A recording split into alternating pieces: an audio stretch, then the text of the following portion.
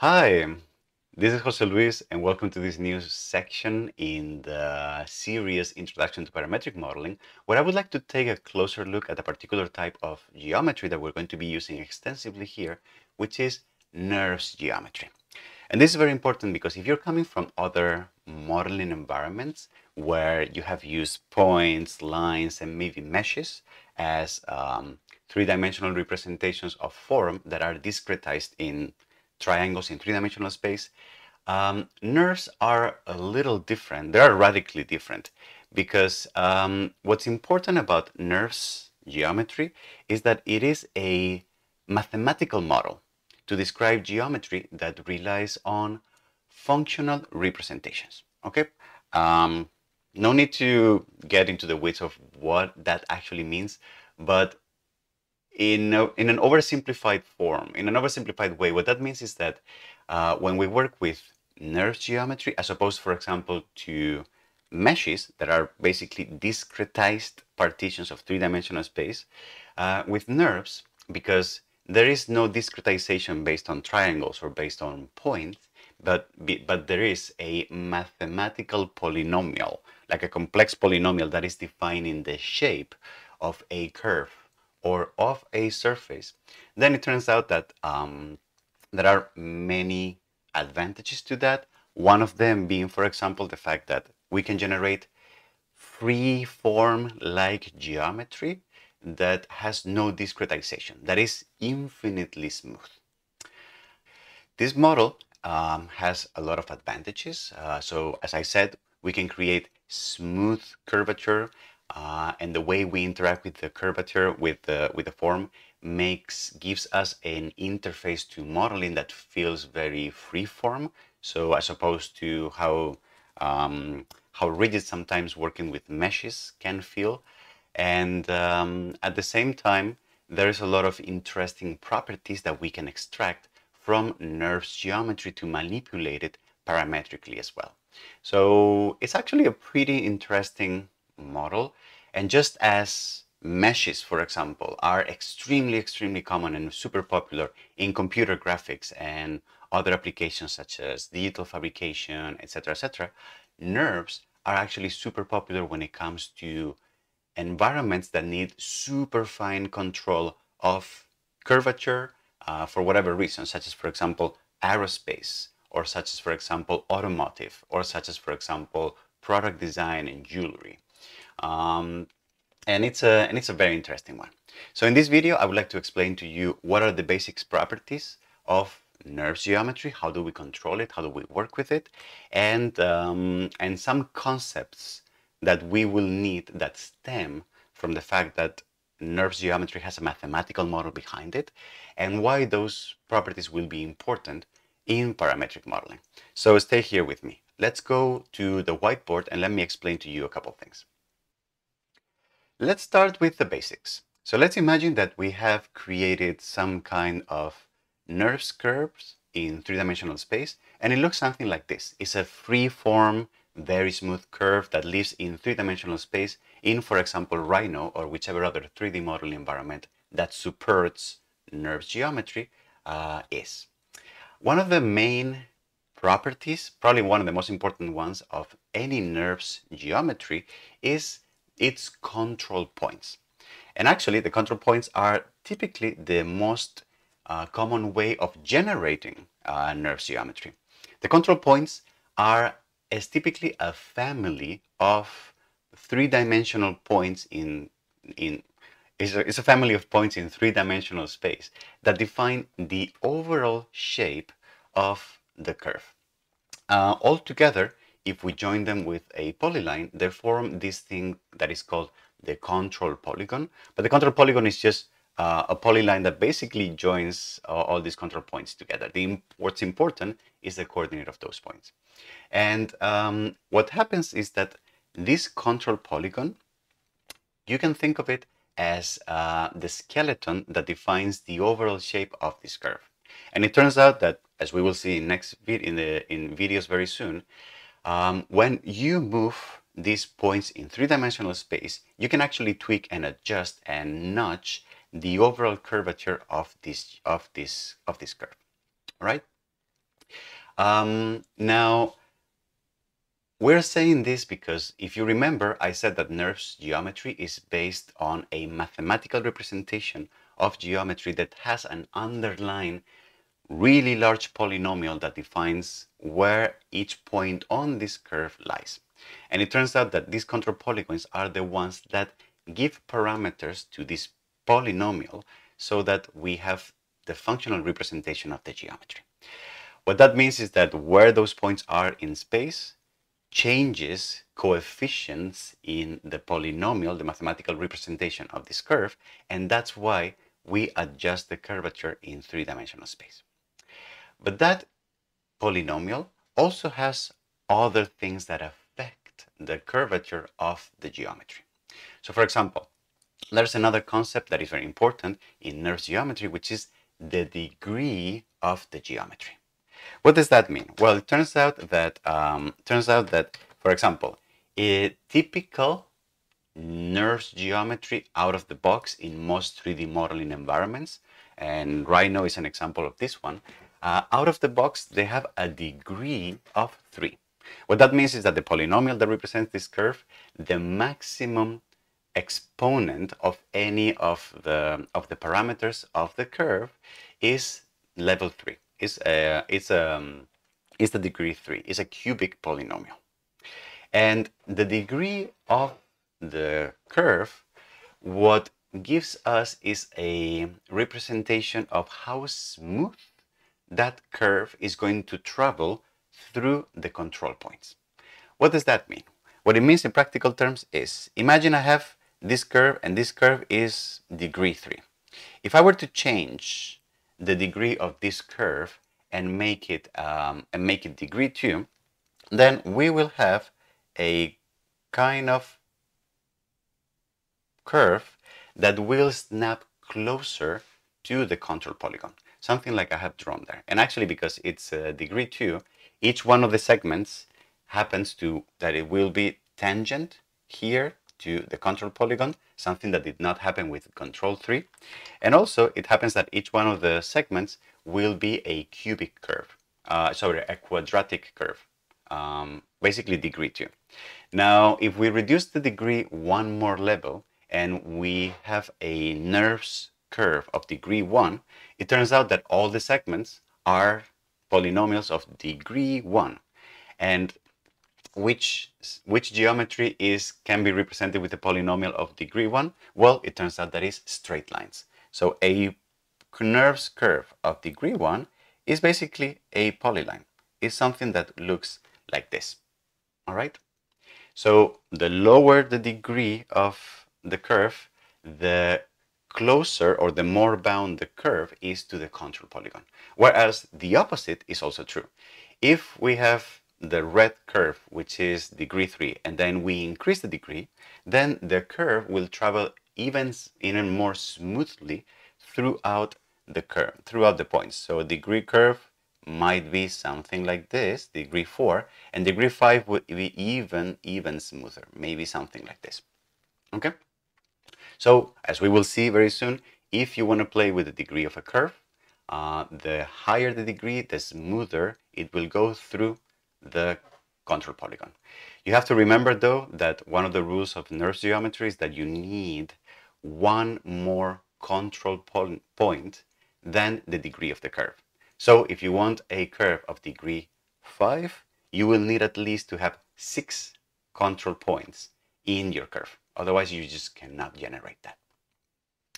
And yes, I have added a few annotations here on the diagram about which degree each one of the curves that I have drawn has. Okay, so you can see from smoother, which is 5, to basically a polyline, which is number 1. So no curvature at all. And then the last property that I would like to discuss of NURBS geometry is one that is extremely important, which is the domain of a curve and the idea of finding parameters, finding points across the domain of that curve. What does that mean? Let me turn off all these different degree curves, and let's stick with the main one we had, which, as we said, was of degree 3. What that means is that, as I was explaining before, there is some kind of polynomial that the software is handling for us somewhere, which looks something like that. It depends on an unknown variable. In that case, I have called it t. And yes, those things that I have there are t's, my t's are a little special. But it also has some other coefficients, a, b, c, and d, which are numbers that we know because of the control points. So the control points define which coefficients do I have in that polynomial.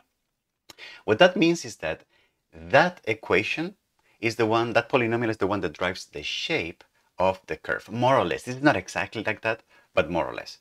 And the unknown parameter t is the one that defines where along the curve we can position ourselves. What that means is that, because the only thing that we don't know there is t, if we start plugging in values to the parameter t, so for example 0, 0.5, 0.8, 1, 1.5, 2, whatever, and we solve the equation, we can find the coordinates of a point along a particular length of the curve. So that concept is typically represented as the domain of a curve. The domain of a curve is the idea that there is some kind of range, numerical range embedded in a particular curve that defines where the curve starts and where the curve ends in that polynomial. And which means that any value outside of that is not part of the curve. Because remember, polynomials are infinite. So we have to segment that. So very typically, curves may have a parameter that starts, for example, at the value of 0. Maybe that's not always guaranteed, and can end in whichever value. So for example, the value of 23 or 23.45, it doesn't really matter, right? It will never be guaranteed that it's something from 0 to 1. Only lines have a parameter space, have a domain that goes between 0 and 1. And then what that means is that for any number within that domain, within 0 at 23, I can find a point line on that NURBS curve that corresponds to that parameter. So for example, if this was the equation that represents this curve, if I plug in here the number 5, then the equation will probably give me a point that lies somewhere here, maybe, more or less. I'm totally eyeballing this one. Or if I give this equation the parameter t equals, I don't know, 22, it will probably give me a point that is very, very close to the end of the curve.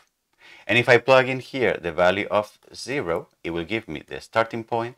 For the value of 23, it will give me the ending point. And for a value of 11.5, it will probably give me a point that is somewhere close to the center of the curve, but is not guaranteed to be the exact center of the curve. Because, for reasons that I will explain later in this series of videos, the domain space is not evenly distributed across a NURBS curve. And actually, why do that later? Why don't we just do that now? Let me explain to you why that's the case right now. So for example, let's imagine this curve that has these control points that, in a way, they're not so evenly distributed in space. The first 4 are very close to each other, but the other 2 are kind of far away. So what happens is that because the polynomial that defines this curve depends so strongly on the position of the control points, it turns out that the internal distribution of the parameter space, so where each one of the points, is not even. And it's not even because it corresponds also to the density of, more or less, of where the control points are in three-dimensional space. So if, imagine if this curve had a parameter space, a domain that went from 0 at the beginning and 1 at the end, this is not always guaranteed, but let's imagine that that's the case. Then if we start querying the curve for a point at parameter 0, we will get this one. If we get another one for parameter 0.1, we might get this one. 0.2 might be here, 0.3 might be here, 0.4 might be here, 0.5 might be here. But you can see how 0.5 is nowhere even close to the center, just because half of the control points are very, very close to each other. Whereas if we keep going, and now I ask the curve for a point in parameter 0.6, we can see that those points may actually start spreading out and getting farther from each other, as in a way they might be accelerating over the curve. So this could be 0.5, this could be 0.6, this might be 0.7, 0.8, 0.9, and this will be 1. So the bottom line here is the domain of a curve is not evenly distributed in Euclidean terms. So the linear distance between those points is not going to be the same, or the chord segment, so the length of this curve and the length of this curve, is also not going to be the same, even though the distance in the parameter space between them is the same. So you can think of the domain as this number that represents where we are along the curve, but it's not linearly dependent on the curve, and it also has nothing to do with the actual length of the curve. Okay, it has to do with the distribution of the control points. All of this will be a bit more clear in the next videos when I start showing examples of how this works. Now, NURBS geometry has a few other properties, such as, for example, knots and other things that are perhaps a little less intuitive. But so I think, and for the purpose of modeling, I consider that they're not so interesting, actually. So I'm going to skip over them to move on to other kinds of NURBS geometry that is not just curves, but is surfaces. And the idea is that all the properties and all the concepts that I just explained for curves, they apply exactly the same to surfaces. It's just that instead of having one polynomial that defines the curve, I have two polynomials that define the curvature of the surface in each one of the directions. So what does that mean? It means that when I have a NURBS surface, what I do have is, first of all, I have a cloud of control polygons like this, which define the overall curvature of the surface in both directions. What that also means is that I have two directions. Just like I had when I was talking about curves, I had this one direction defined by the curve, and I typically refer to as t as where I am along the domain.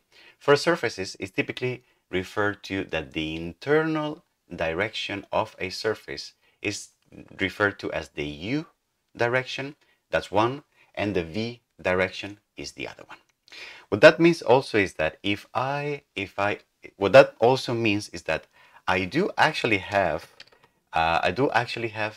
domains in each one of the directions. So the u direction might go from a value of 0 here to a value of 1 here. And again, it doesn't have to be 0 or 1, it can be whatever, right?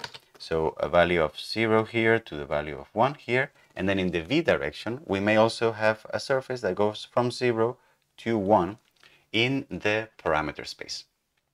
What that means is that I can say, well, for a surface, if I have a surface in a parametric model environment, I can say, can you give me which point on that surface is at internal parameters uv 0.5 and 0.5?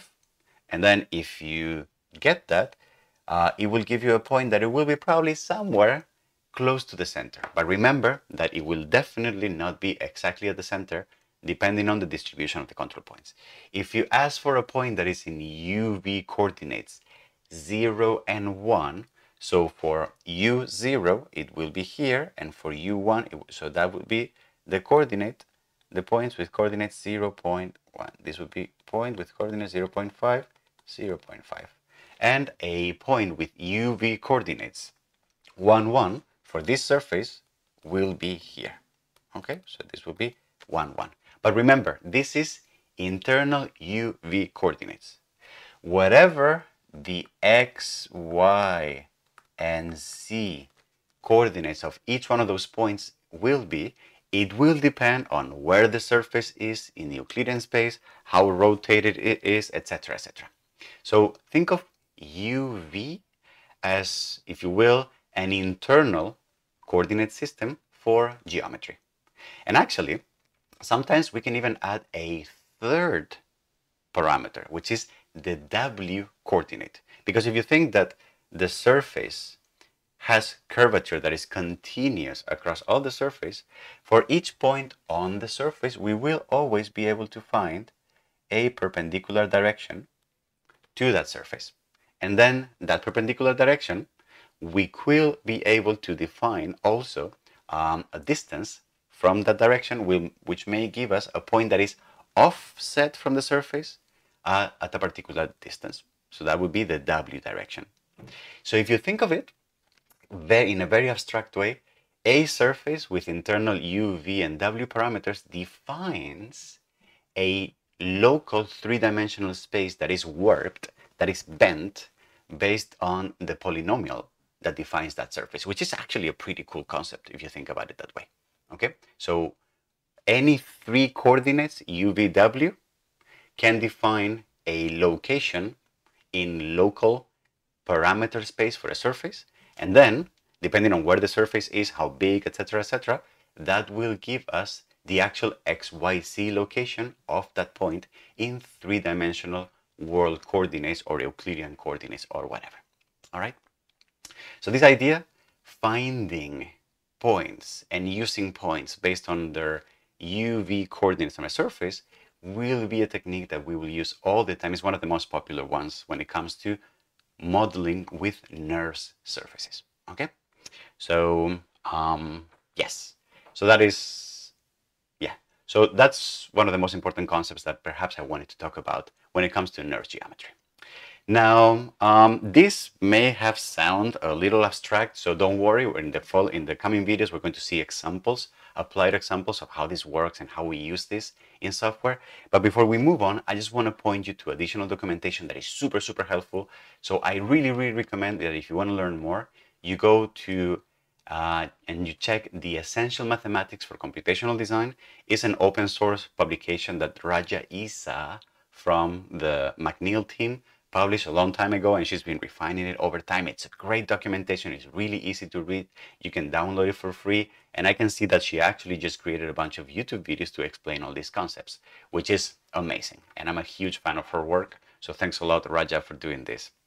But on top of that, as you know, I teach computational design at Harvard University, and I have a series of